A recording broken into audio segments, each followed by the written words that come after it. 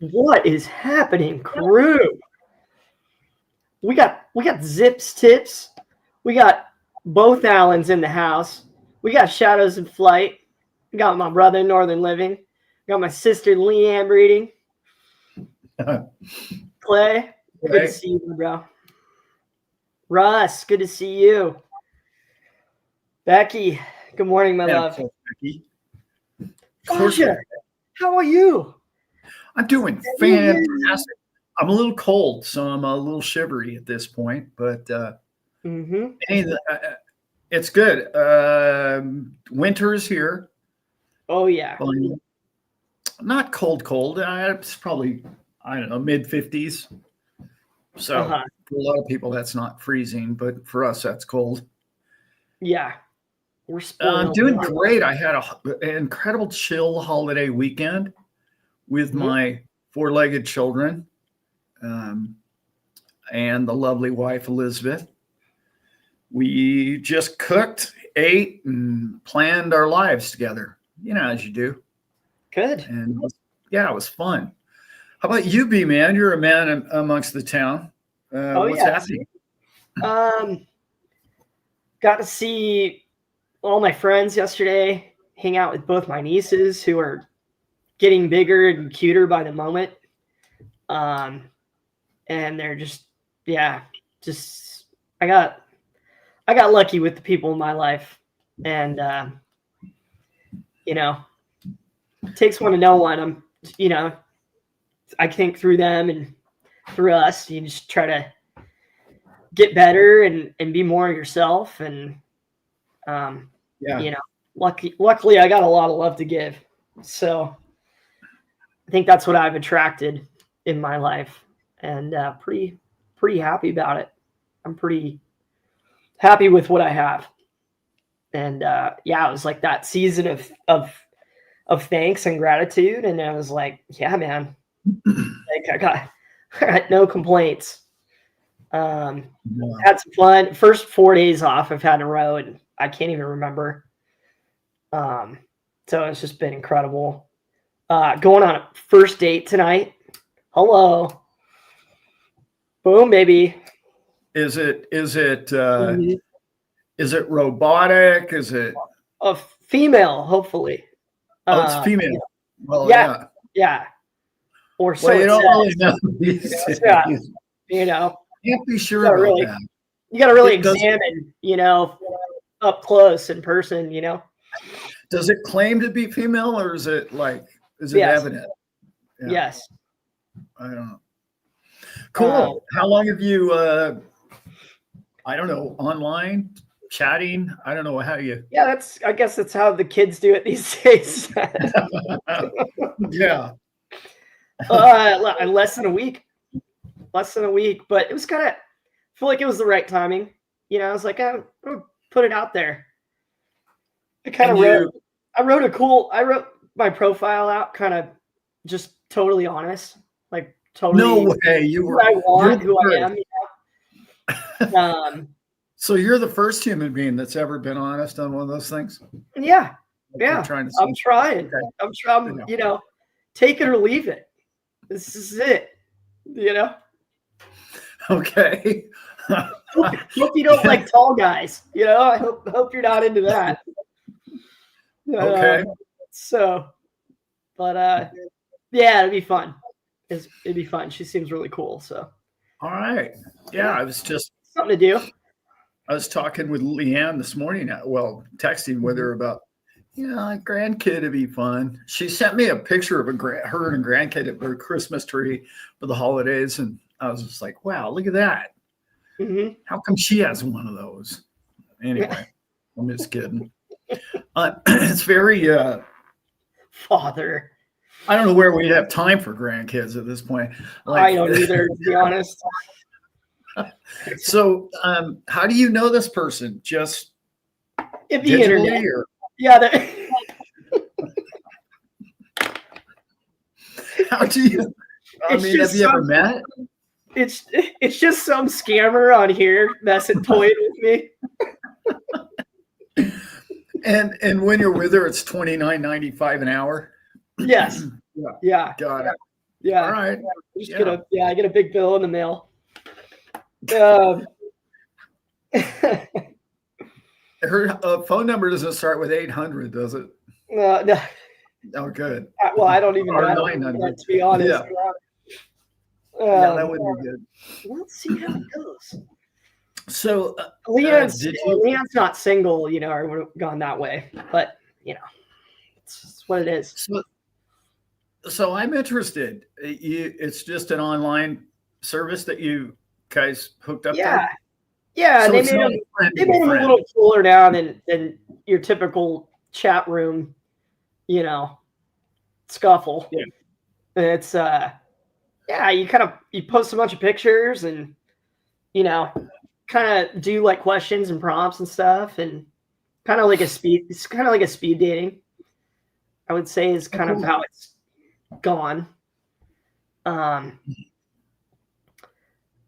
Never had much luck on it, to be honest. There's something too about knowing people, a long time and coming to that. I think that's really a positive thing. Like, people kind of go friends to more. So definitely open to that. But it feels like it's time. Like, it's like one of the things that, like, super happy and thankful, but it's like that's missing. I want somebody I can talk to. Yeah. And like a partner. Like I've always told you, that's all I've ever wanted. I'm not even hell bent on having children. It's just like, just find the right person. Yeah. So. Yeah, no, that's a good thing, Mm-hmm. Yeah, I'll leave my phone number down here in the chat. Yeah. But nah, man, you gotta have somebody cool to bring them into this life. I got so much good going on. So hopefully it goes well. Yeah. I can't even imagine what it'd be like today, trying to date today. Mm-hmm. Honestly, it's my biggest motivation for making my marriage work out. Yeah. Like, date? Are you? Whoa! Wait a minute. No, never was very good at it to begin with. Start one of those. Like, I can't imagine. No, we're not even. Let's just work this out, Elizabeth. Yeah. No matter what happens, let's just stay home team right here. Yeah. Yes. Yeah, we're gonna. I mean, I feel sorry for her because she's going to have to live up to the scrutiny of this entire group. I wouldn't even tell her that you have a YouTube channel. I just leave that out for a while. Funny enough, I did. And she was really curious about all of it. Super curious. No. Which usually in the past has not been the case. Oh, really? As a matter of fact, the last I talked about it on here, the last date I went on was like years ago. And she was like an ex-banker. And I, brought up the crypto thing. I don't know why you do such a thing on a first date, but I'm no genius or anything. So clearly. So she proceeds to, cut that down and everything else about me. And I was like, okay, well, smell you later. Goodbye. So we'll split the check then. Yeah. Well, and I'm a payer. I'm chivalry's not dead yet, so it was a double stinger on that one. Well, I wouldn't pick the check up after being completely insulted by a banker. I'm sorry. Yeah. Yeah.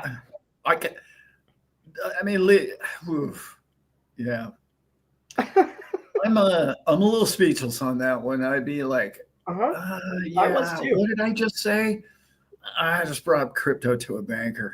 Damn. Yeah. Can I retract that? I just fully stepped in it. Is what I did. Yeah. I spent probably an hour and a half on the phone the other day with somebody who is a banker. And I will tell you, they're flipping real fast. they are way behind the eight ball and they know it. And they're like, oh boy, this is coming, isn't it? I'm like, yeah. Like, hello. How long have we been talking on the phone? 4 years? Yeah. And it's sinking in. It's crazy. I mean, I should call that girl back up, Dad. Just, well, yeah. If you'd like to apologize and, give this another shot, Yeah, right. Yeah, I see that happening. Yeah. All right.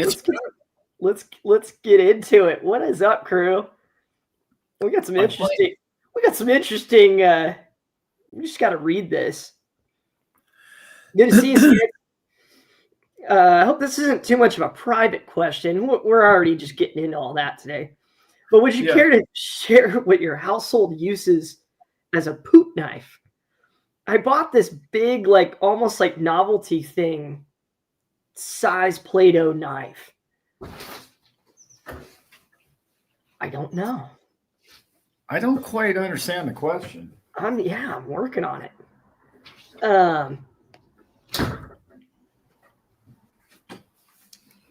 Same comment, 2 different users. I think they're just toying with us, Dad. Yeah, well, we can be toyed with. I'm up for it, actually. There's 3 of them. Oh no, we're getting blasted here. Hey, if you're a bot or you're a banker, just out. You're out. You're out. The world doesn't need you. Thank you, Becky. Our wrench is all over it. Good morning, Nancy. Yeah, they better be flipping. It is already here. Yeah. So somebody sent me a video that I watched. Gosh, I don't normally watch too many of them. And do you know who Dan Martell is, Brent? No. He's kind of a business software guy, kind of a motivational business speaker guy. It's kind of fit, and he's really into life experience and everything. So somebody sent me this video and goes, hey, you remind me of this guy. And so I go, okay, all right, I'll watch part of the video. I'm like, yeah, except for he's like 30 years younger than I am, and he's like more eloquent speaker, and he's more polished, and his shows are edited and they're brilliantly written. And other than that, yeah, I can see a similarity. Yeah. I was like, I think this is a compliment. So I got really into watching his show. It was like an hour-long interview, actually. He was being interviewed. And I was like, about halfway into the show, I said, wow, like this interviewer is really on to something. And I didn't even know who these 2 guys were, right? But evidently they're really big on YouTube. And of course, I don't know their name, but they interviewed this guy. And like everything he said is exactly the way I would have answered the question in the interview. And I was like, wow, who is this guy? So I start looking him up and his profile and the whole thing. And then, you know how YouTube is, it sends you another feed that's similar, right? Yes. So I listened to another one of these 2 guys interview a different guy, and that guy was brilliant. He's an Australian billionaire. And I'm telling you, was the smartest man, business savvy, intellectual, simple case answer guy. And I'm going to get his name for everybody. He was absolutely brilliant. And I was like, oh my God, I just learned. Because you know how it is. You watch a bunch of YouTube and you don't learn a lot sometimes. I learned so much from this guy. I was like, wow, that guy just hit it out of the park. That's Cool. exactly where my mind was going. I just needed clarity on how they all the parts fit together. Right. Because I knew where I was going, where we're going as a channel. But I couldn't put it into a work format or a work plan. I mean, I'm playing around a lot with ChatGPT and stuff like that today. So that's helping me with planning and programming type stuff. But this guy was like business savvy on top of, gosh, so good. Terrible, I know. Here I am coming to the show and bringing it up. But I don't watch much YouTube anymore or listen to much of it. No. I kind of listen to a lot more spiritual stuff, and I listen to a lot more books on tape, that kind of stuff. Yeah. Used to. Yeah. Mm-hmm.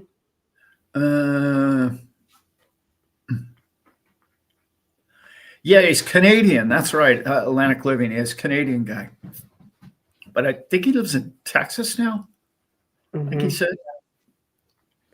Atlantic's like he's one of ours. Yeah. Now. Yeah. He's a true American now. Yeah. Well, Americans are just mutts, right? From all over the place. Oh yeah. Yeah.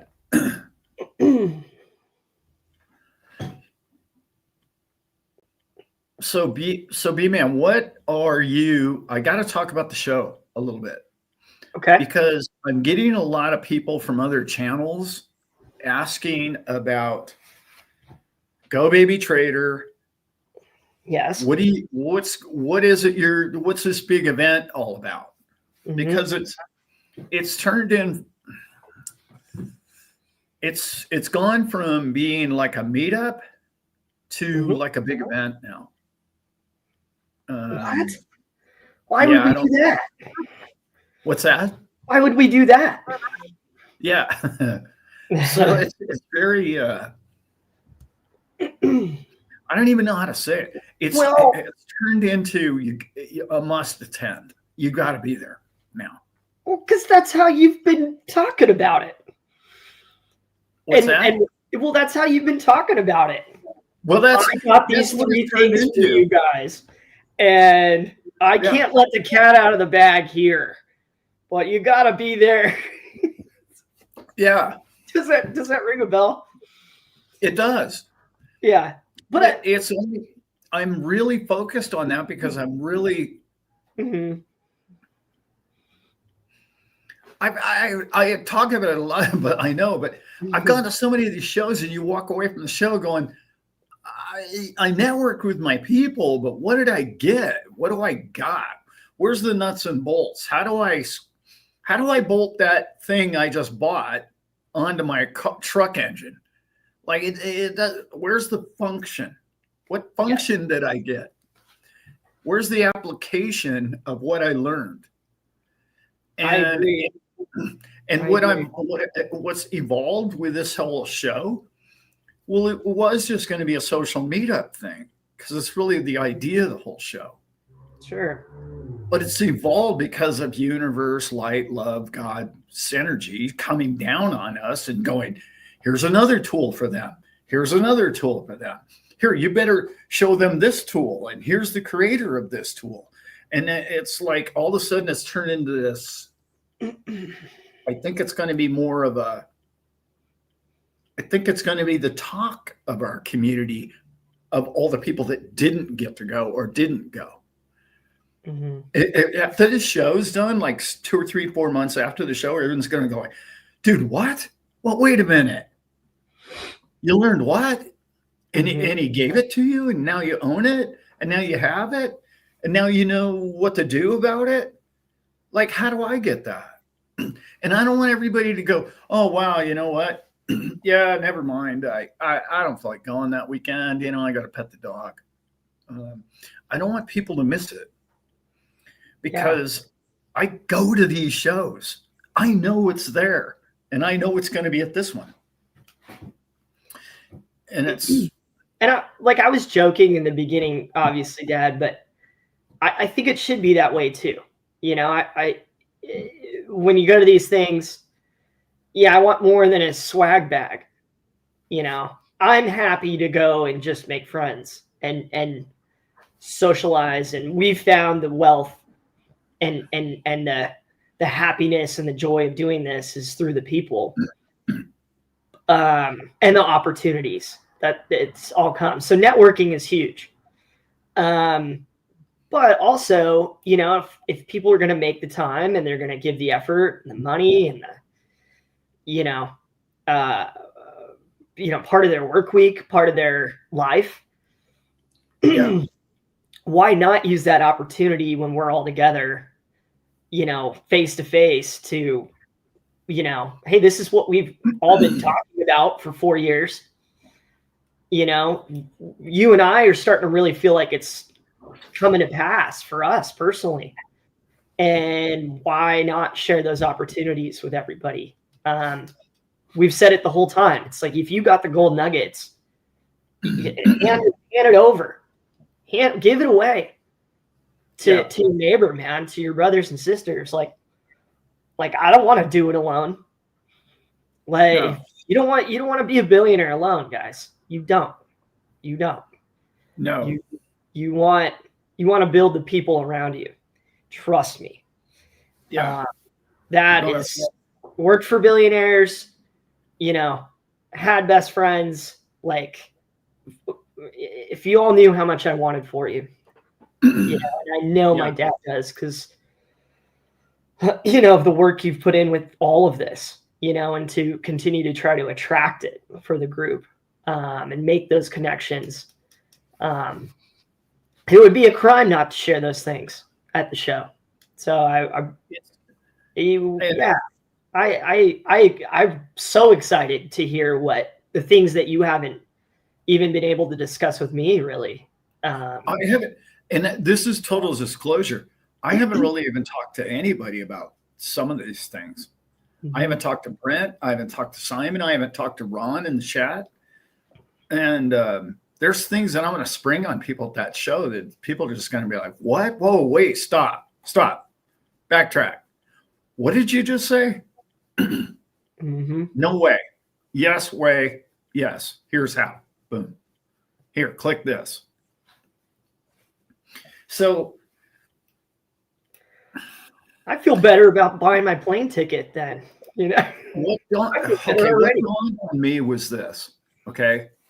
And I'm not trying to bag on what our channel was for the last 4 years, okay? That's not what I'm saying. I'm not bagging on any other YouTube channel about crypto. But there's something about crypto that we all love and worship. We always have, okay? We do. But there's something about crypto that is this big, giant bag of emptiness. There's no meat. There's no life. There's no rewardance of your life. That doesn't make your life better. It just doesn't. Okay. It's not a monetary stream. And it's lacking in that.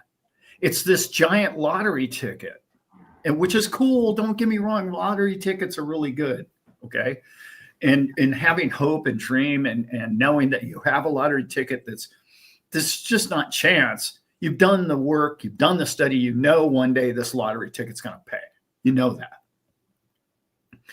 But there's something really terrible going on in our community, which is I'm living for tomorrow, or I'm living for one day. One day this will happen to me. And you're putting your life completely on hold for that. And it's become very apparent to me over the last year that we need hope. Yes, great. You also need income. You also need an income stream, and you also need to know what to do with the income.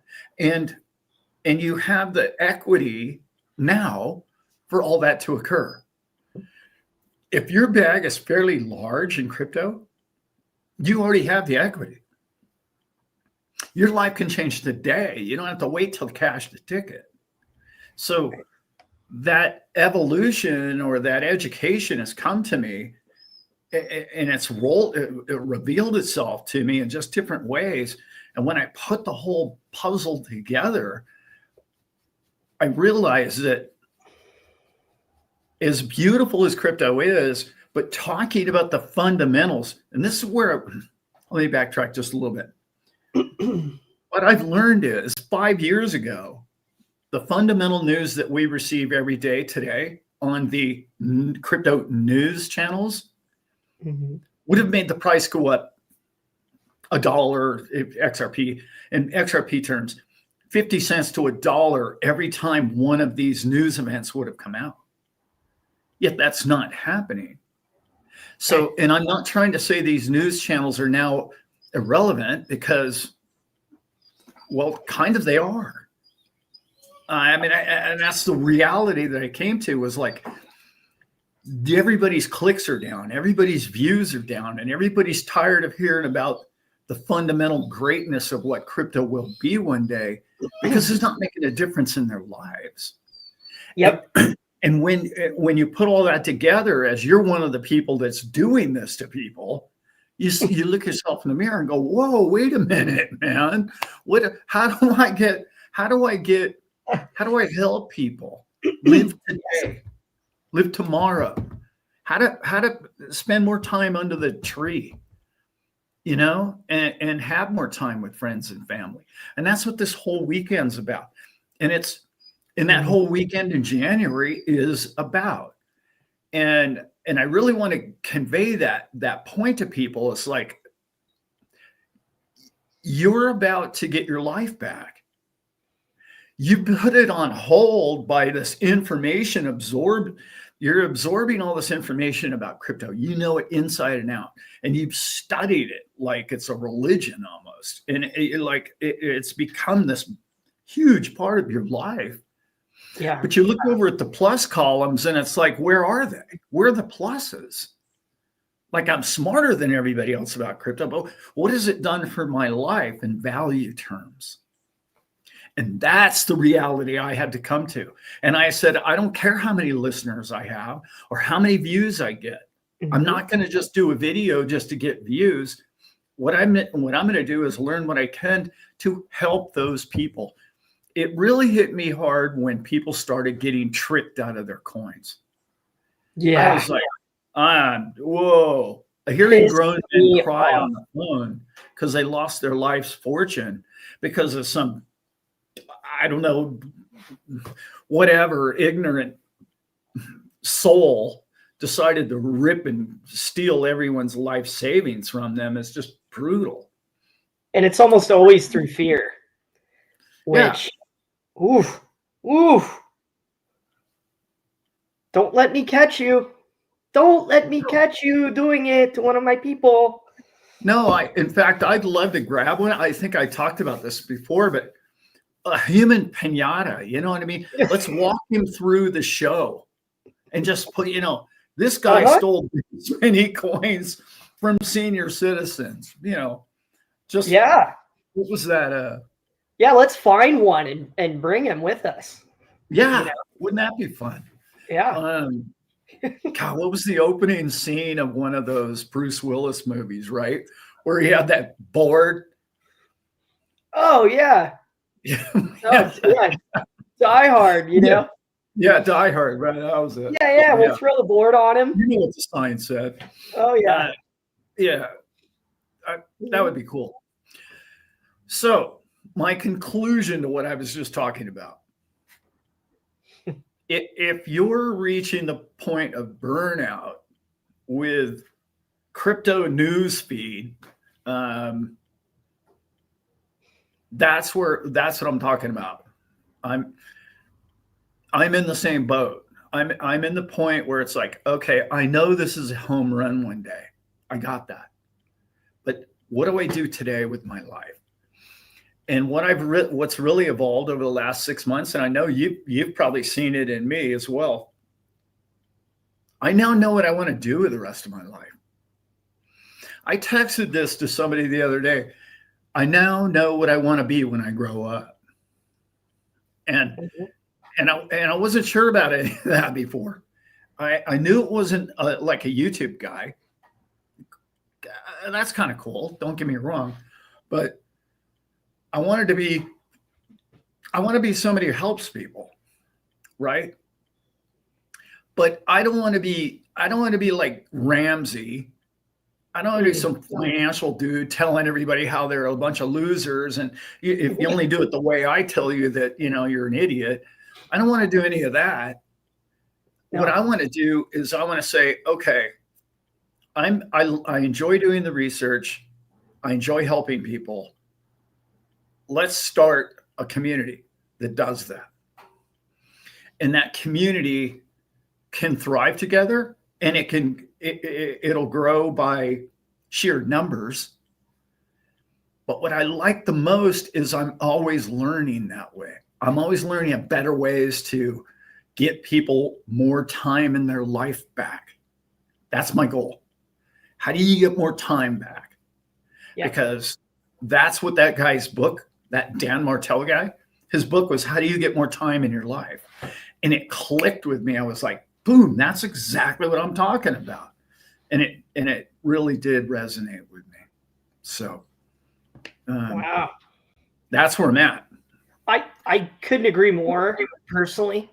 And I'm getting that same feeling from like my friends in this group. There's some crypto burnout happening. And honestly, I think even if the price had spiked already, then the question becomes, well, yeah, how do I use it? How do I do with my taxes? How do I save it? How do I buy things with it? And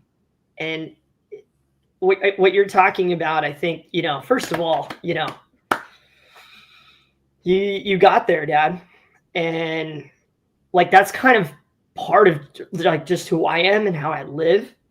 Like, I think it's true of both of us. Like, we'll really hammer on something really hard and try to kind of master it in a way, but we're still open to expanding and working on other stuff. And oh, okay, I'll go work on yachts, or okay, I'll start a YouTube channel. Okay, well, YouTube channel is great, but why don't we use that and come to the very heart of why we even did this, which I think is exactly what you're talking about. It's how do you get different income streams, safety platforms, ability to free up time, all that stuff. Like, how do we lock that in this coming year, and how do we share it? And I'm really excited to get to be a part of it. It's already really affected my life in such a positive way. Where it's fun when you start seeing that coming, and I'm not just sitting around waiting for my crypto to go up anymore. I'm making business decisions, and I'm making personal finance decisions, and I'm talking it out with my friends on here to charge them up to do the same thing. And then they charge me up, and then we're starting investment groups together, and we're, meeting for vacations, and, we're actually doing it. We're actually doing it. Whereas crypto is kind of sitting on the egg, and it's a great egg to sit on.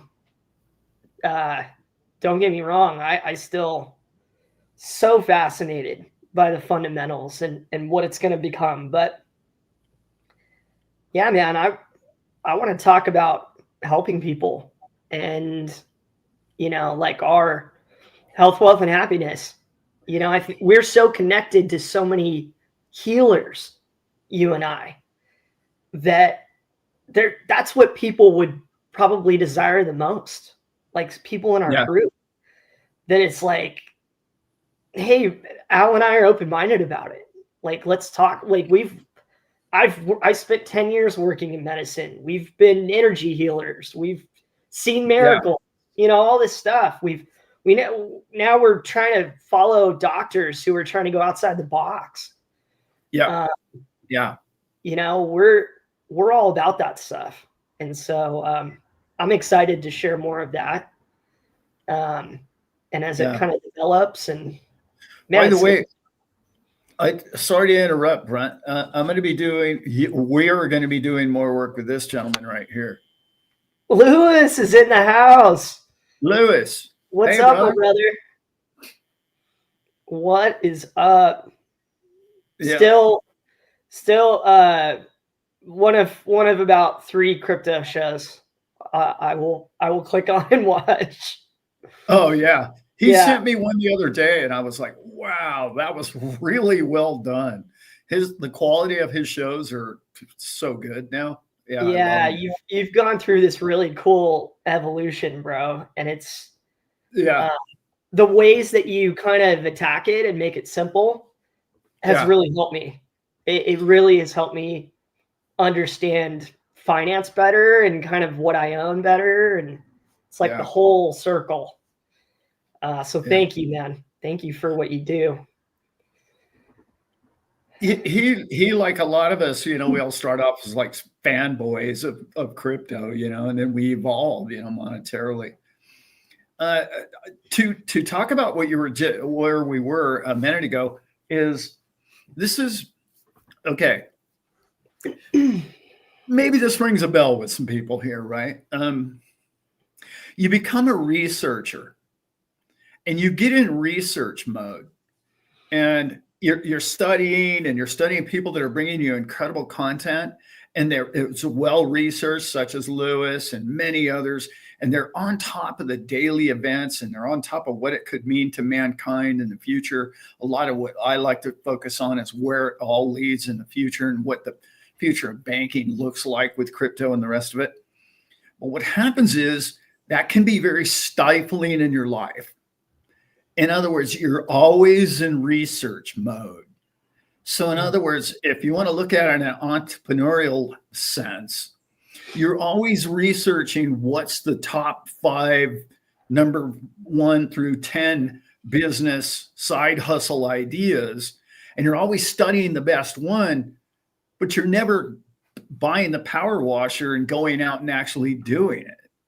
Yeah. I mean, you bought the coin, but you're not doing anything with the coin, or you're not creating it, generating daily or monthly income for yourself. You're simply in limbo now. And now you're in this research mode that, frankly, I went through a decade of it when I was a Forex trader, and you're always looking for the Holy Grail. And there is no Holy Grail. The Holy Grail is you stop doing the research and you start applying your knowledge to your finances. You start applying what you know about money, because 90% of the people on the planet don't know what you know about money. They just don't. They still think a dollar is a dollar, and they don't understand why they're losing ground to it. Right. And if you know that, and then you know how to make dollars with dollars, that's the Holy Grail. The Holy Grail is making money while you're sleeping. Yeah. And it's an evolution for all of us.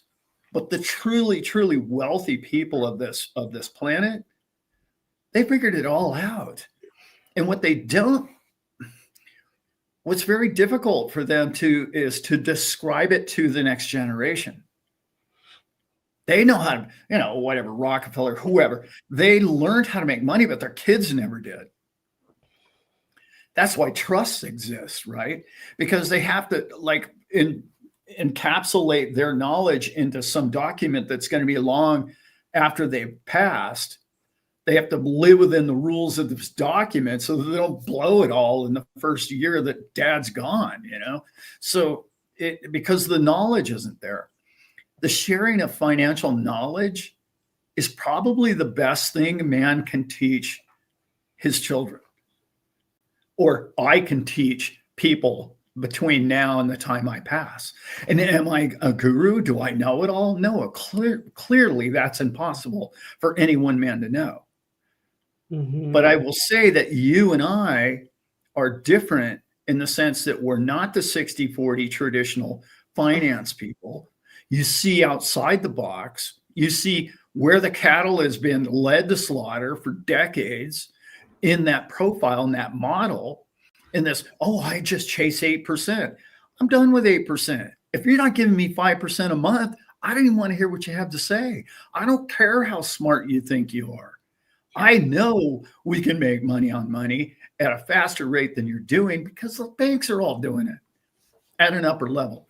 So all we have to do is tap into what you and I have learned and stay open and always listening. That's one of my best.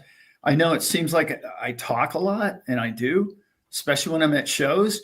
Mm-hmm. But I'm pretty good at listening to. All I need is a comment in between each sentence. That's all I need, and it's either confirming or reaffirming what I've just said, or hey, no, no. How about this, Alan? And then boom, they add something to the conversation. It's like don't ever forget how important the person is in front of you. I don't care who they are. I don't care. Because they're going to say something that clicks with you, or they're going to know somebody who knows somebody. And that has, as you know, Brent, this past year for your father's life, it's just, it's unbelievable. It's mind-boggling. Yeah.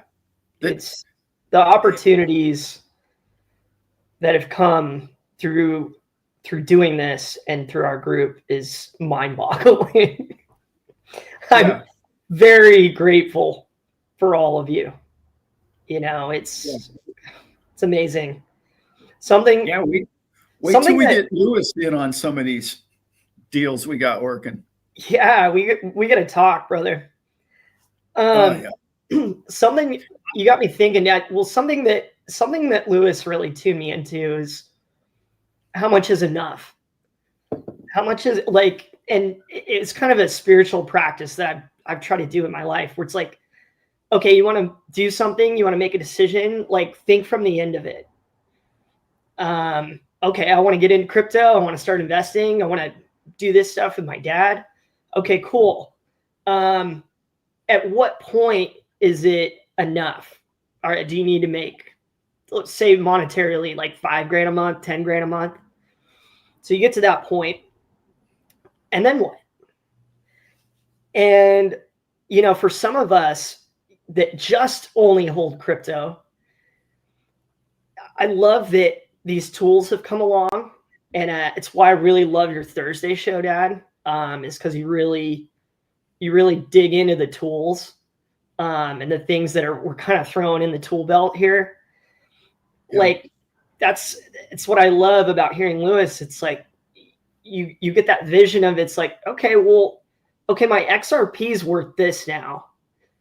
Yeah. But if you develop those other tools in the meantime, instead of just sitting on the egg, we can kind of make our minds more, and it's already happening to me. It's happening. I'm putting it into practice, everybody.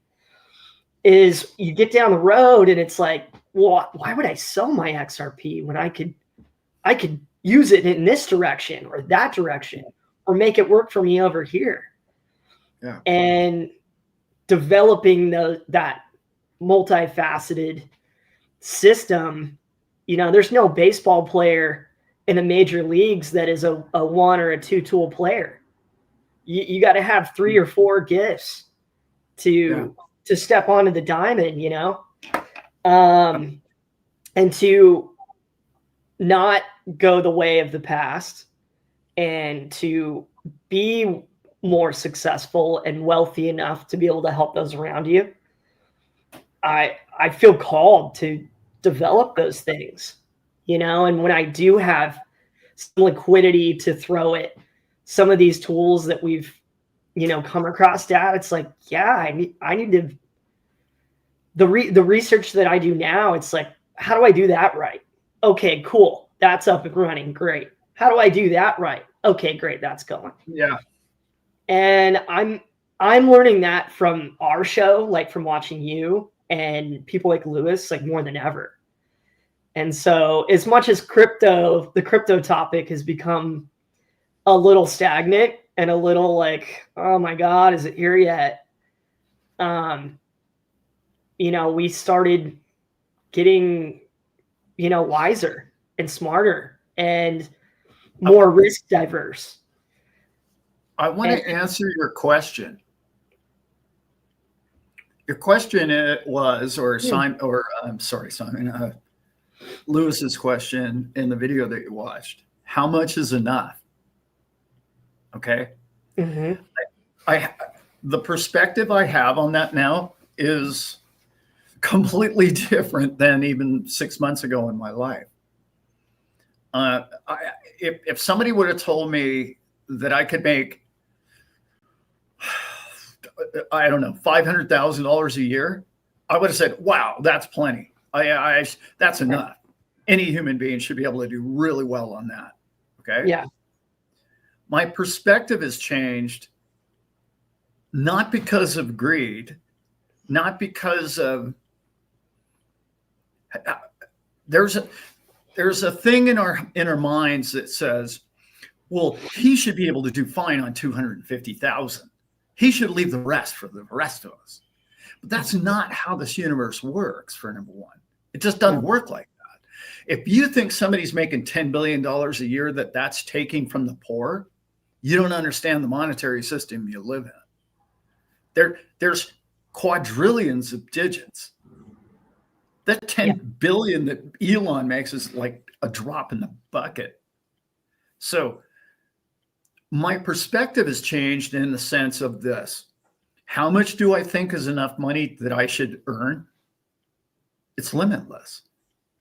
I used to say, wow, if I could make $1 million a month, wow, it'd be unbelievable. You know what I say now? 10 million. And then the next year, 20 million a month. And people are like, whoa, that's greedy. What's the matter with you? I didn't think you were that kind of person. The difference is this. When you have the vision that I've had over the last 6 months to a year, I know what to do with that money now. And I want you to listen to this point now. When I said 500 was enough, that was a greedy, selfish position to take. Yeah. Why? Because the 500,000 a year was just thinking about what I needed. Right. What does Alan need? 500,000 a month? Oh, okay. 500,000 a year. Okay, that's what Alan needs to cover his nut without being greedy. Right. See how greedy that is? The reason why is because how many people can I affect? How many lives can I affect if I make $1 billion a year? The answer is a lot. And and possibly there's going to be somebody who makes $500,000 a year who has this incredible idea for mankind, to help mankind and to do great things, but he's looking for funding. He's looking for an angel investor who's a humanitarian. And that's what you learn from working with a lot of billionaires over your life. What you realize is they're not greedy. They just got a lot going on. Yes. And every time they get involved with something, it blows up and gets, finally financially rewarding. Yeah. But so the real answer is a lot more. To me, the answer is a lot more than I ever dreamed, because I know the avenues in which to place the capital now. I know how to place capital to affect people's lives.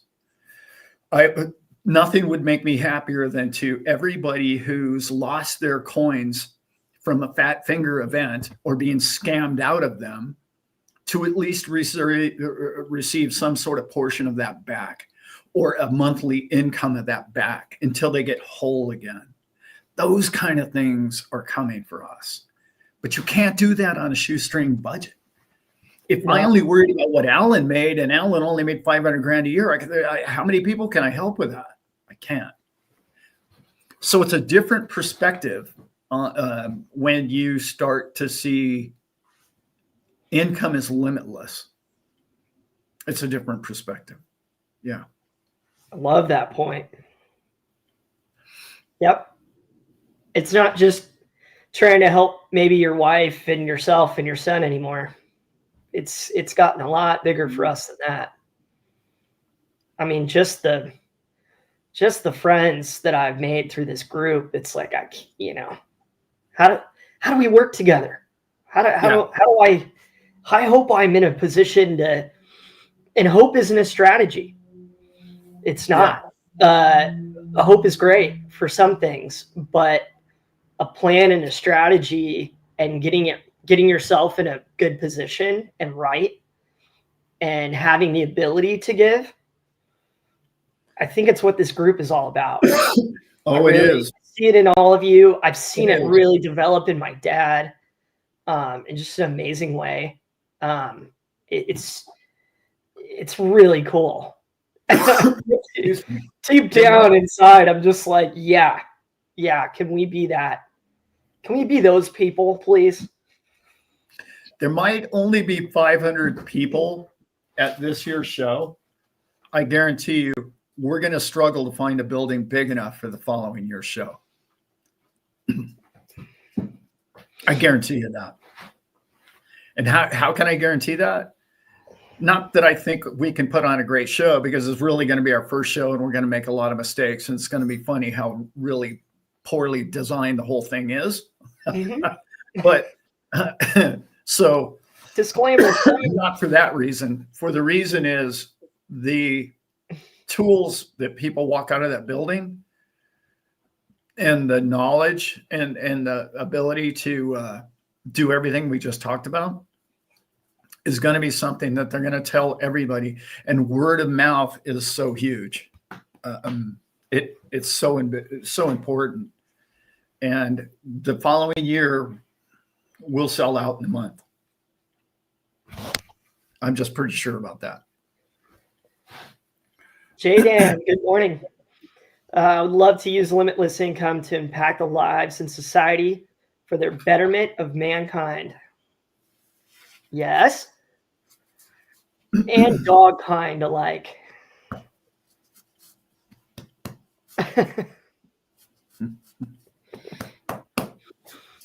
Those are He's good my dogs. best friend. Yeah. He's my best four-legged friend anyway. He's pretty cute. Jesse, why don't you look at the camera, big guy? Jesse. Jesse. Jess. Hi, Bubby. That's our Jesse boy. Mm-hmm. The father of that whole. The mess it looks like it's funny with all the curves. You can see the marks, like where they got just a little too close to an animal, and the animal went back. Yeah. All of them. Yeah, they got. Oh yeah, he's got a scar right there. I put my snout in the hole and something bit me, Dad. Something bit me good. Mm-hmm. Big guy. So the answer to all of it is, we need to start looking at money differently, and we need to start looking at it like it's energy. Do you want more energy for the betterment of mankind? Yes. Do you want that energy to be control over people? No, that's not the wealth we're trying to generate here. We're trying to generate wealth that empowers people. And it's very difficult to do. Like Brent and I were just talking about a town that he and I both grew up in, a little ski resort here in California. I guess it's a big ski resort now, but it's having growing pains where the youth, like what I did, which was in high school, I moved up there to be a ski bum, you really can't do that now. And it saddens me because it was such an incredible time in my life to be 16 years old and move out away from home and go live with people that are your age. And all you did is try and get enough money to eat and ski. Yeah. And it's something I would recommend everybody do. I call it was my college. Those were my formative college years. And I learned so much about people and life and business. And like now people can't afford to do that because of Airbnb and all the rest of it. You know, it's a business profile that kind of eliminated low income housing, if you will. The slums are all now $1 million houses. Yep. Yeah. We used to call it the ghetto, actually. Oh yeah. Yeah. Yeah. My dad lived in the ghetto for a while. Yeah. I liked it. Yeah, there was no ghetto though. He lived in a log cabin with a river behind it, which for our town, that was a pretty sweet spot. It was right in the center of town too. Yeah. Not bad. Not bad. Yeah, the hood. I want to remark some people. I saw some things in the chat. Yeah. Lewis can't make it. That his wife's birthday is that weekend, and he has 2 young kids. Of course, he could, for her birthday, he could fly her to Florida. I'm just saying, that's a possibility. True. But, it'd be great to have him there. I'd love to have him on my team, since he's probably scratch golfer, or at least single digit. Oh yeah. So, having him in my cart would be handy. But but anyway, Lewis will probably be there next year because we'll change the date so he can be there. How about that? Yeah. Uh-huh. Yeah. There you go. He's still listening. Well, yeah. So we'll change the date and he'll show up next year. It will be a must attend. And also, Lewis, we got to get in touch with these. Well, we've been texting back and forth all week, but when the holiday is done here, I can really kind of get back to business, and he and I'll do something together, or we could do something with the 3 of us, and we could do. There's some projects on a financial level that I really want to include him and his people on going forward. Nice. After the show. Yeah. Yeah, Caribbean cruise for the family. Yeah, there you go. That has been a big idea. Floated forever as we all get on a cruise. And I like that idea a lot. Yeah. I heard there's a meetup in Cancun for Halloween next year. Oh, Somebody was cool. telling me about it. Yeah. That's where all my friends go. They go to Secrets in Cancun and just rave about it. Yeah. Cancun's nice. Yeah. What do we got?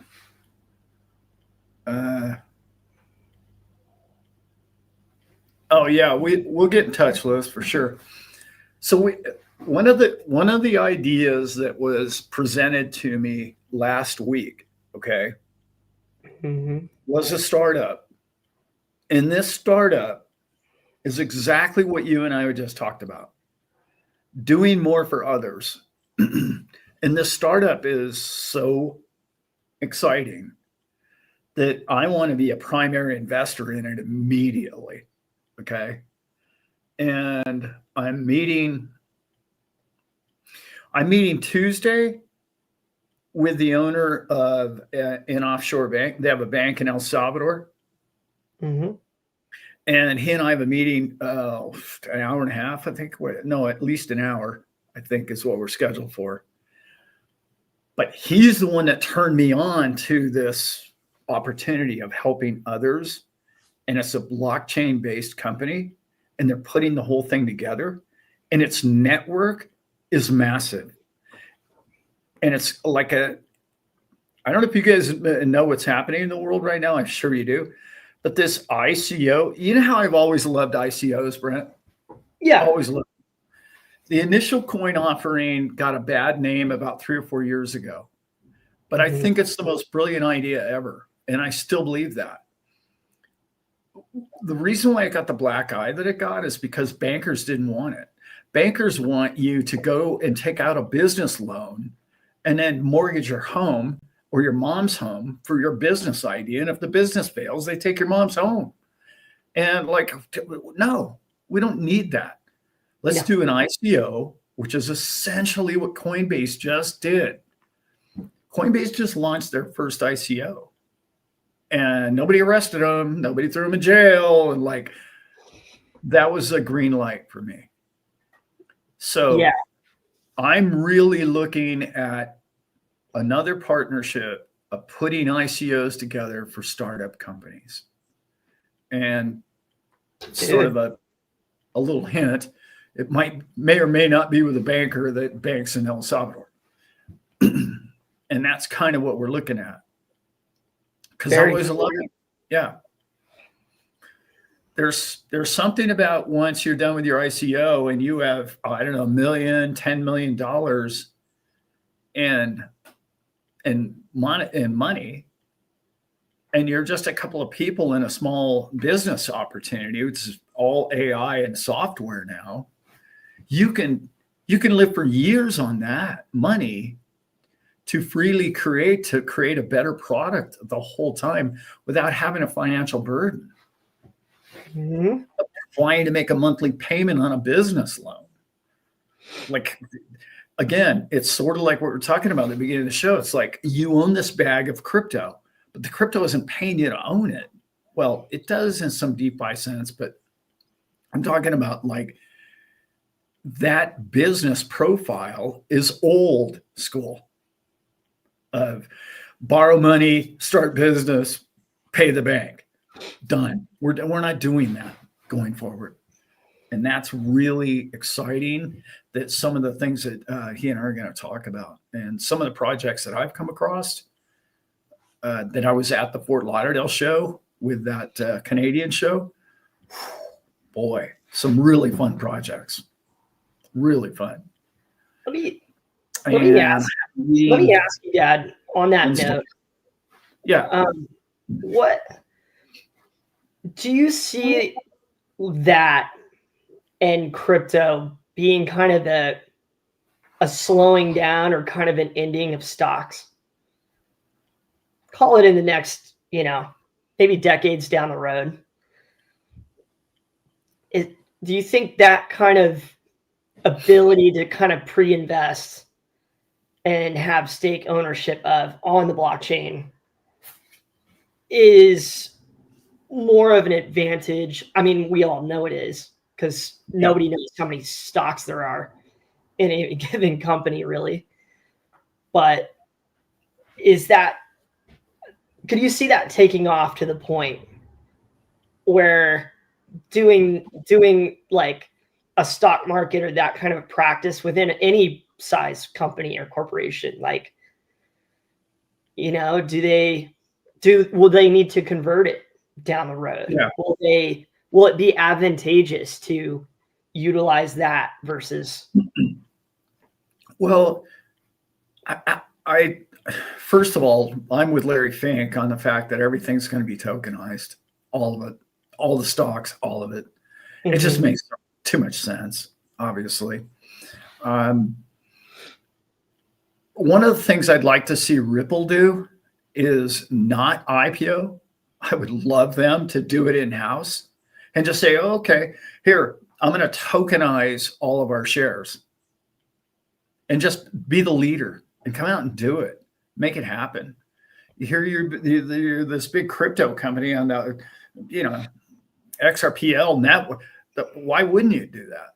Why wouldn't you just tokenize all of your shares and all your stocks? I know a lot of people already own them, and it'd have to be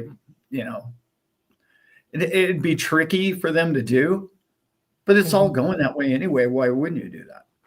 Yeah. So I think that's where we're going. Obviously, I know that's where we're going, but partial ownership of things is coming. Like you're going to be able to split a share into many different tokens. There's going to be like, like a sushi swap or an atomic swap. It's just going to be able to, oh, well, I have a share of, I have a Tesla stock. Oh, well, a Tesla stock's at whatever, it's $300-400 now. When it goes to 3,000, you're going to want to sell 10 of those at 300, right? So you're going to split it, and it's going to be you're going to own the token. That's what's going to happen. And it's going to, in my opinion, make everything tradable. And remember, I think the increase of trades is up like 18% annually since 2020. Like everybody thought, oh, everybody stayed home in 2020 because of COVID, and we all sat around and traded. No, that never slowed down. That's just on the increase.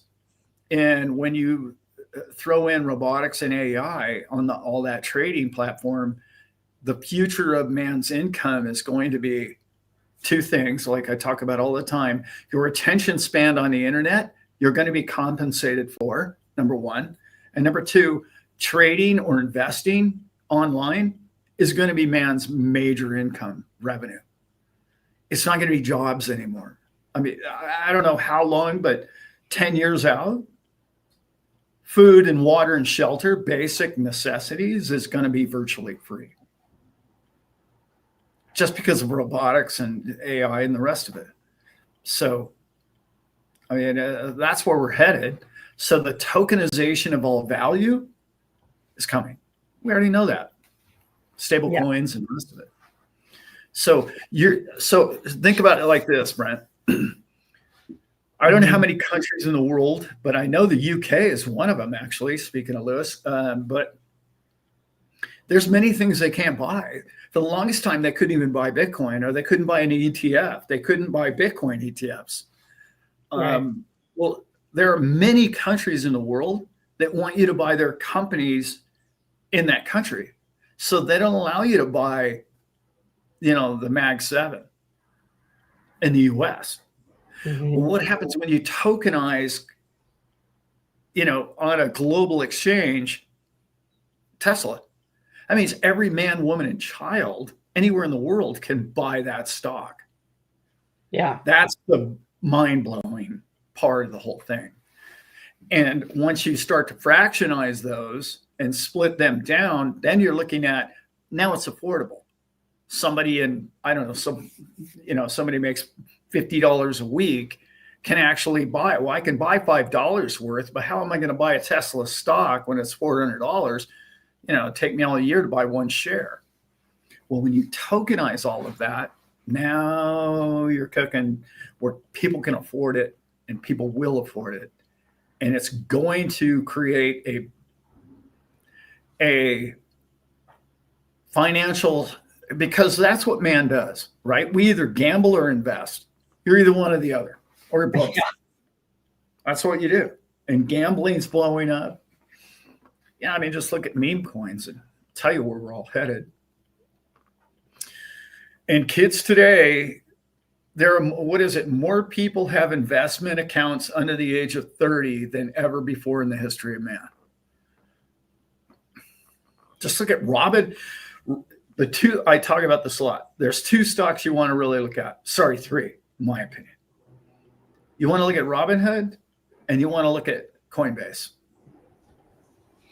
And not that I believe in either one of them's business practices. I'm just talking their future is very bright. And then the third one, in my opinion, is probably the single greatest company. 5 years from now, everybody and their brother you'll either have ridden in a taxi that's a Tesla, or you'll own a Tesla. And I'm talking about either a robot or a car. Every single day of your life. Because he knows how to mass produce things. Yeah. How is a car company going to compete with somebody who can build something for what he's building it for? Good luck. I mean, I don't know how they're going to compete. Yeah. The more you learn about what Tesla's business model is, it's all sourced in-house. Done. Mm-hmm. Yeah. Nobody's going to be able to compete with that. I mean, here's one. It was a financial report I was just looking at. The only company that outsold Tesla in electric cars last year, BYD or I forgot, Chinese company. Okay. Mm-hmm. They sold more cars than Tesla. They lost $10 billion doing it. Elon made $8 billion. That math, that dog don't hunt. I'm sorry. Good luck. I mean, how long can they stay in competition with somebody when you were $20 billion in the hole? Yeah. Can't. Yeah. It's going to be huge. Yeah. Yeah. BYD. And they lost 10 billion last year trying to compete with Tesla. Now, it doesn't mean they can't. It doesn't mean they won't. Through robotics, everything's going to get a lot cheaper, but good luck. I would not want to have to compete with him on any level. No. Yeah. Especially if they keep making more trucks, it might get easier for them. But we'll see. Yeah. Yeah. It's gonna be, tech's always interesting. I'm sure way back in the day, the advancements and things were just as interesting. I wonder if we're getting a little spoiled, Dad. There's something the book that really kicked it off for me about blockchain, it was a book called The Business of Blockchain. And they really got into like the ideas, like what I used to talk about in the Blockchain 5. And that was all about being blockchain complete.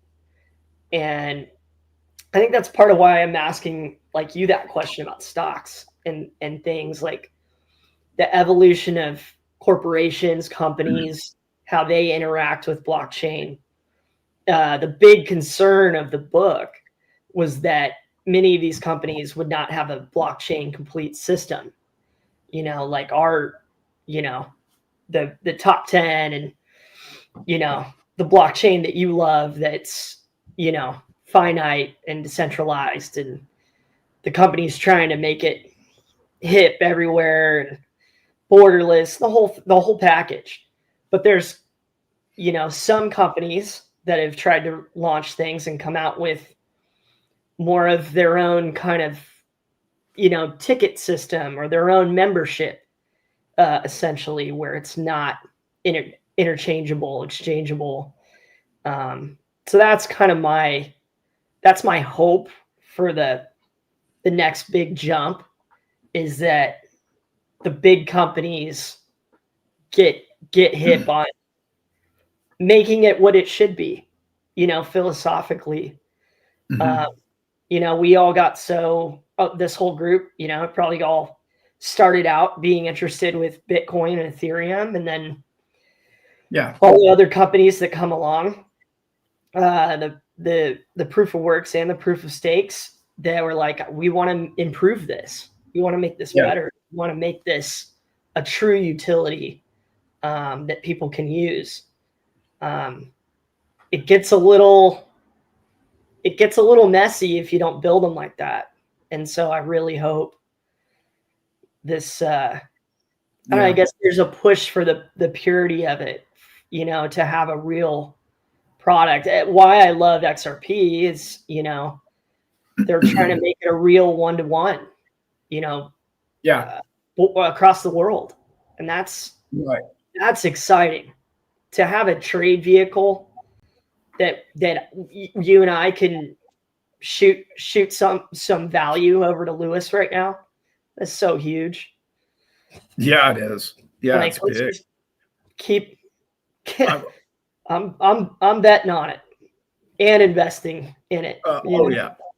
I want to remark to this comment right here.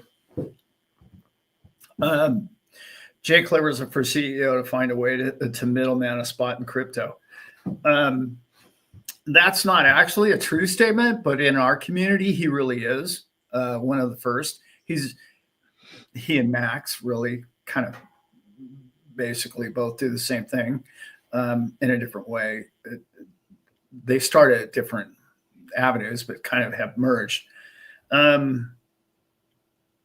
thing about what's going on with that style of investment is you're still looking for management. That's what Jake does. Jake helps people that don't want to deal with it.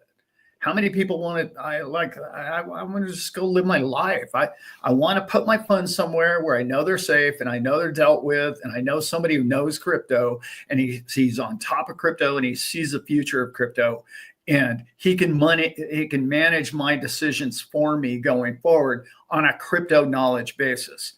I don't want to go backwards and go to brick and mortar and have those people help me out because they're just learning crypto. Jake's ahead of the game. That's what he did for himself. Okay. And I will say this, what I plan to do is a little different than what Jake is doing. I plan on doing a similar profile, not nearly as many options as Jake gets involved in. But what I'm talking about is completely decentralizing a company. In other words, the ownership of the company is the people invested in it. To some degree, of course, it's going to have employees. It won't have many employees. It won't need many employees, and it will have a team and a staff. But that team and staff is going to be as financially rewarded because they're decentralized part of the company. They're not looking for an hourly wage of reward or percentage of your portfolio annually, because they're going to prosper through the decentralization of the financial institution that's being created. I hope I made that clear. That's where I'm headed. That's where I want to take this, because then it needs not have a figurehead. It needs to have a company name. It needs to just say, oh, I'm invested in this group, because the group is owned by the whole. That's true decentralization. And all profits are spread equally as to how many of that company you own, period. No board gets more than the rest. The CEO at the top doesn't get a big salary. None of that. Everybody gets, depending on how many shares you own, and your vote annually or whatever it may be, would be done through your percentage. However, just because you have more percentage does not mean your vote counts more. It's just whether or not you have a percentage, you get a vote. Anyway, that's true decentralization. Jake. What I'm talking about, Dad, I love it. Yeah, Jake is rocking. Don't get me wrong. He's for a lot of people, Jake is a perfect avenue for a lot of people. Yeah. For me, I'd like to get. Anyway, we'll talk about this show. We'll talk about that at the show. Right? Okay, now there's one other reason why I'm really pounding on the show. Number one, we're selling a lot of tickets. I'm about to go on other people's shows talking about this show. Mm-hmm. I wanted to make sure that we filled the building with people who are the Staple Crew crowd, because the price is about to go up and we're about to be on other people's channels. And I don't know, we could go to one channel and it could sell out. Yeah. So I've been pounding on my home team because I don't want you to miss out. That's why. I want my home team to be there. This is what it's about. Like, that's why I've been relentless with this whole thing. So, because these financial opportunities are going to come to you in time, over time, obviously, if you're part of the Staple Crew. But the show is your first opportunity to absolutely financially change your life. And I want you to get there first. I want you to have a front row seat.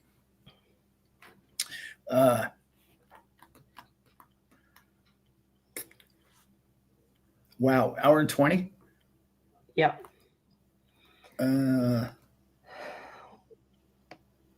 Yeah. I want you guys there. No, crypto. What's so fun though is our groups are such a mesh now. It's cool. What's a mess? A mesh. Where our groups are such a mesh, and there isn't this silly ass competition between creators. It's been a lot of support, and to have like some of your other favorite YouTubers at the event is so cool. I know a lot of people in our group, they do watch certainly more content than I do. Just because I've kind of, by doing this and other stuff, I just kind of got away from YouTube. But it's so fun to run across it and talk to people about it. Like it's cool. Like I feel like the conversation's a little more out there.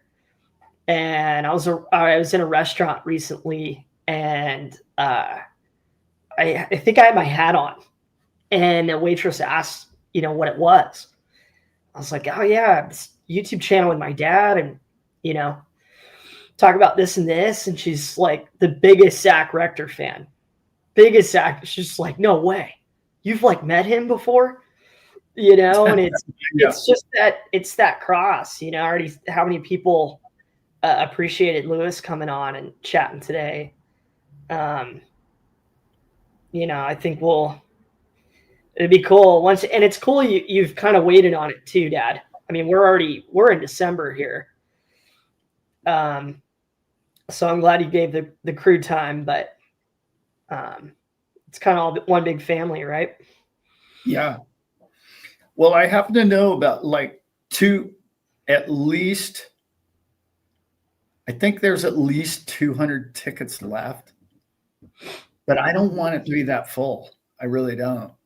I think there's only I'm sorry. Seriously, I'm going to shut it off. Because I'd rather be out of pocket, right, in the show than to have it too crowded. That's just how I roll. Yeah, because it's really important. It's really important to me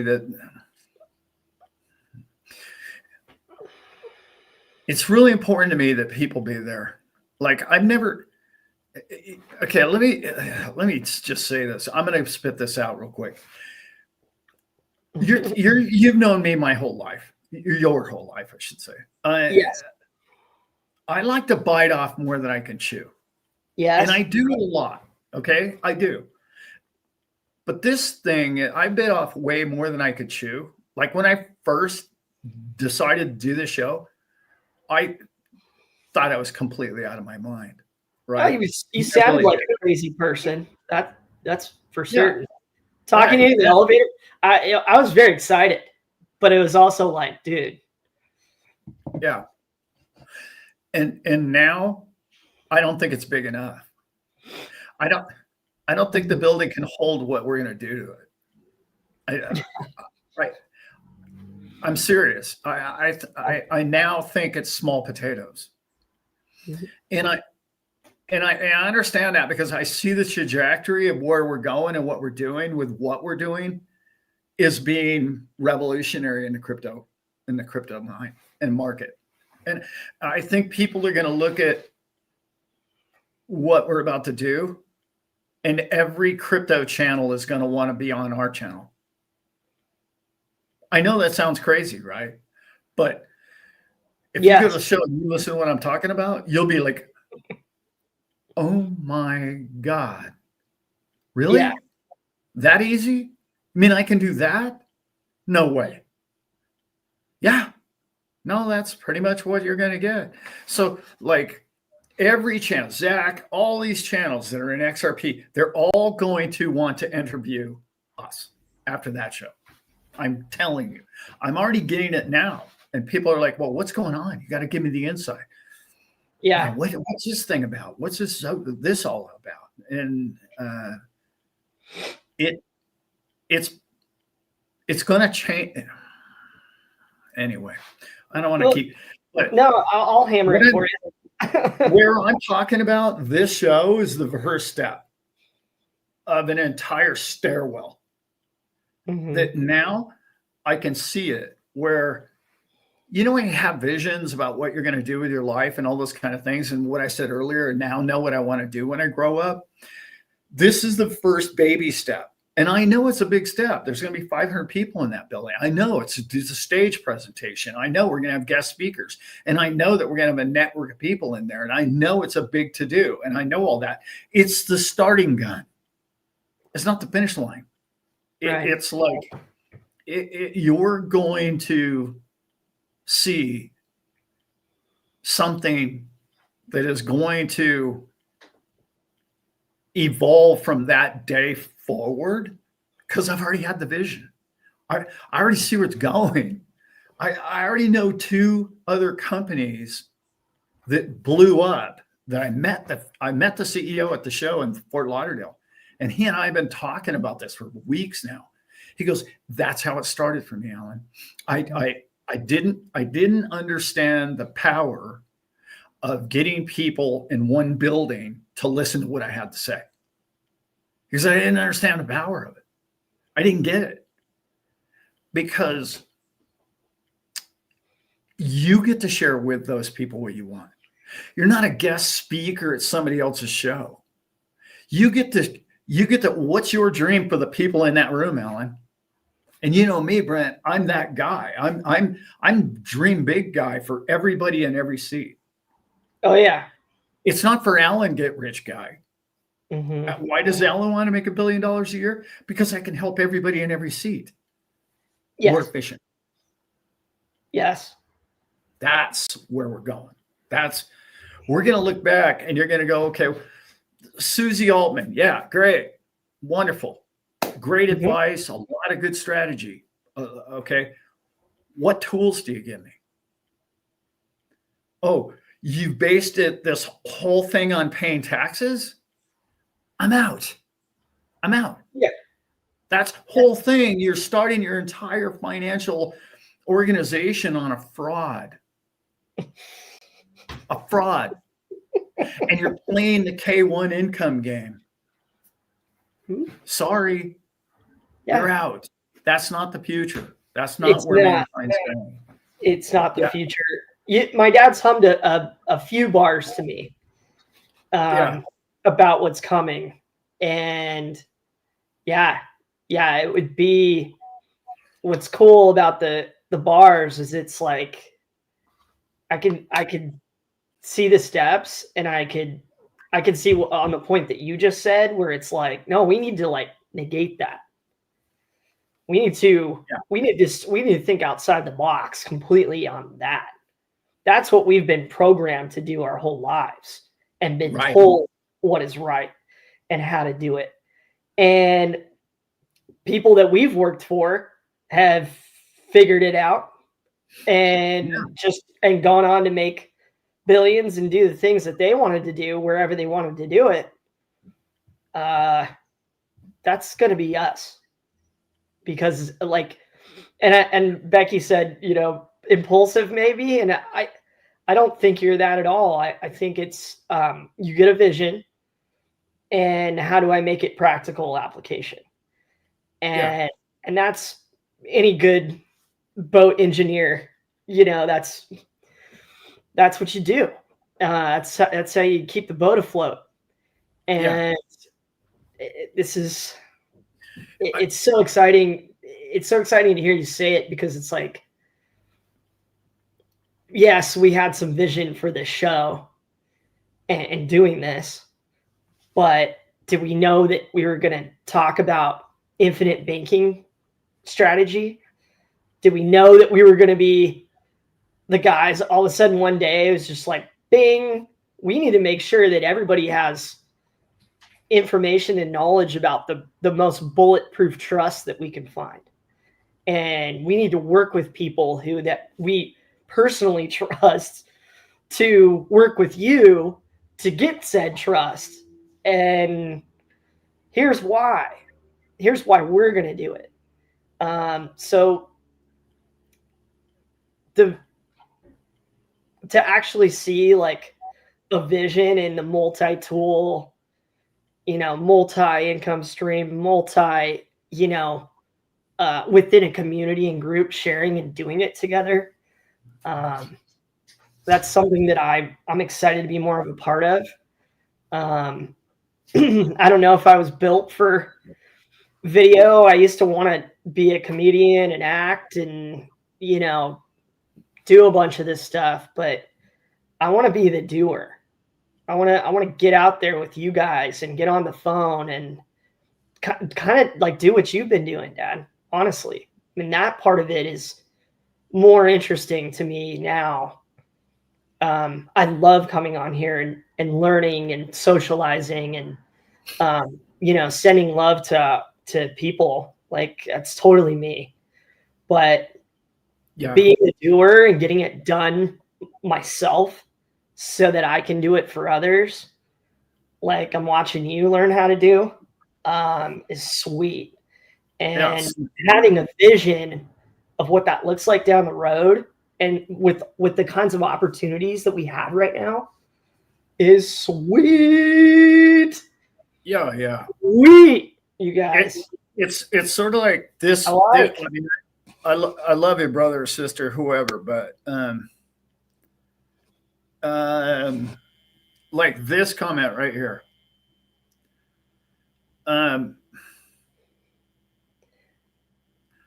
Here's what I'm going to tell you. And I don't mean to be too controversial about this because I'm speaking to a crypto crowd. The days of buying the coin for 3 cents and it going to $50, and that's how you make your fortune, are behind you. And the reason why I say that is because you don't need to hit a home run. Mm-hmm. You don't have to go to zero to billionaire. You don't have to do it like that. You really don't. Like, we're all chasing tens of thousands. There's millions of coins now. So when you start having millions of coins and then multiples of hundreds of millions of coins aren't going to do what Bitcoin did. You're not going to go from 0.00008 to $125,000. I'm just cluing people in on that. And you don't need to pick the perfect coin anymore. You need to have a solid bag, has good utility, and hang on to it, obviously, because its future is incredible, depending on which one of the top 10, 20, 50 you like. Okay, hang on to it. But this constant digging for the next meme coin or the next upstart company that's going to change the world, maybe that's your gig, and I'm totally cool with that. But what I'm talking about is you using the capital that you now have, or you can earn every day or every month, in a manner in which is going to show you that you have the knowledge and the ability to make money with your money. Okay? 24 hours a day, 7 days a week, more than you can spend. And when you get that knowledge, you have knowledge that, like I talked about earlier, only the wealthy knew. But now, because of AI and internet and all the rest of it, it's becoming more and more common knowledge. And in these knowledge groups, they're becoming broader and broader and broader. And this knowledge about what you know about tariffs or trusts or taxation or crypto or AI, all is becoming common knowledge. And you're now surrounding yourself with people that aren't just looking for the next meme coin. You're surrounding yourself with people that understand how to make money with money. And that is the skill of all skills, because now you don't have to just be universal basic income guy who gets free shelter and food. Great, that's cool. But you can do or be or have whatever it is you would like to do with your life, including help others learn the tools in which you are learning or you will be taught. This is empowering people, okay? And I'm not just talking about financially. I'm talking about empowering people to go do whatever it is you want to do. Because you know what? Here's your fight. It's almost like you got a great church, but they're barely making it. Well, you're about to hand them a financial tool to where they can prosper and teach, because that's what they do, right? Like, so empowering. And you get to be you and do what you believe is good for the rest of the planet and the people on it. But you don't have to be burdened by the job or the income, revenue, or stream. And that, my friends, I just don't know a lot of people teaching it. Look around the internet. How many people are giving you those tools? Like none. Yeah. And I'm talking about multiples more than what JP Morgan's handing you. And listening to economists, like you were talking about earlier, you got your Susies and your Daves. They can help you stop the bleeding, but I'd rather learn how to grow a money tree that bears fruit, and then use that fruit and that seed to plant another one, so on. That'd stop the bleeding, wouldn't it? It's like what's your approach angle? And I'm glad ours is this, Dad. I'm glad you've hound dogged, this kind of angle, because it's, I think it can be empowering. Oh, it is. It truly is. Yeah. Learn how to help people use it and do it. Yeah. And I'm going to be, I think I'm on 2 shows this coming week. What? Who? Yeah. David, Judy? I'm definitely doing an interview with Judy, and then I'm going to interview Dave probably in about a month or two, about a month. I talked to him about. Cool. And I'm going to be on Zach's show. I don't know. We were supposed to do it this week, but we both forgot it was Thanksgiving. It's like, yeah, what are we thinking? That isn't it. Nope. Too many things going on. What do you say, Dad? It's almost noon. Yeah, and everybody who has a channel that can't make it will probably have some sort of video presence in the building for us. I'm just going to put that out there. So either a live stream or a recorded video of some kind. So if your favorite person is Lewis and you're bummed because he might not be, I don't think he's going to be there, then, we'll do something. We'll do something in his living memory. Yeah.